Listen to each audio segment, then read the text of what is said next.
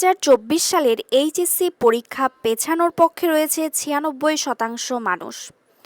অর্থাৎ আমরা দেখতে পাচ্ছি বেশিরভাগ মানুষই কিন্তু আমাদের এইচএসসি পরীক্ষা 2024 পেছানোর পক্ষে রয়েছে। এই নিউজটা করেছে কালবেলা। এবার আমরা বিস্তারিত জানব, কিন্তু তার আগে প্রিয় শিক্ষার্থীরা, তোমাদের উদ্দেশ্যে কিছু কথা আমি বলবো। সেটা হচ্ছে 2024 সালের পরীক্ষা তোমরা জুন 30 তারিখ দিতে চাচ্ছ না, এটা পিছিয়ে দিতে চাচ্ছ। এখন ধরো জুন 30 তারিখ পরীক্ষা না হয়ে জুলাই বাদ দিয়ে আগস্টে ধরো তোমাদের পরীক্ষা হয়েছে, কিন্তু পরীক্ষা তো হবে। তাই পরীক্ষা একেবারে তো বাদ যাবে না, পরীক্ষা 1 মাস পরে হোক 2 মাস পরে হোক পরীক্ষা হবে।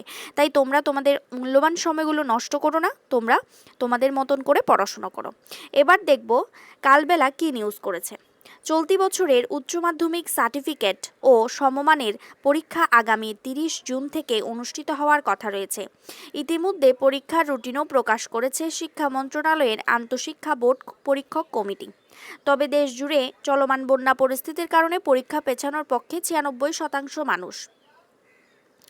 তারপরে কি বলছে দেখো, কালবেলার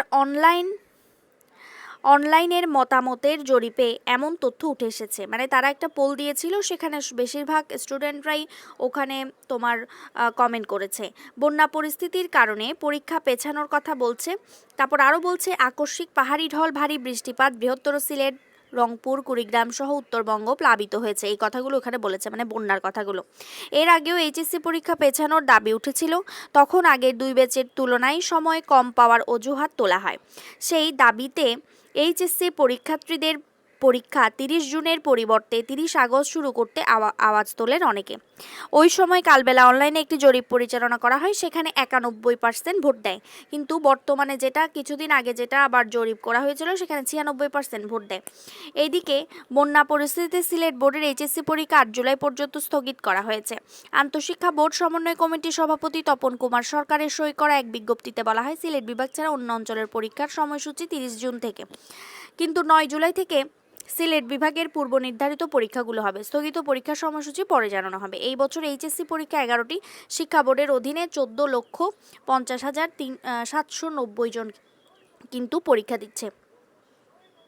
তার মানে আমরা এখান থেকে বুঝতে পারলাম বেশিরভাগ পরীক্ষার্থীরা কিন্তু এই টাইমে পরীক্ষাটা দিতে চায় না, অর্থাৎ 30 জুন পরীক্ষাটা দিতে চায় না। তারা চায় পরীক্ষাটা যাতে আর একটু পিছানো হোক। আরেকটা কথা বলবো, এখন যেহেতু শিক্ষা মন্ত্রণালয়ের কাছে তোমাদের শিক্ষা মন্ত্রণালয়ের কাছে যেহেতু কোনো ধরনের স্মারকলিপি প্রদান করা হয়নি, প্রদান করা হয়েছে হচ্ছে প্রধানমন্ত্রীর কাছে।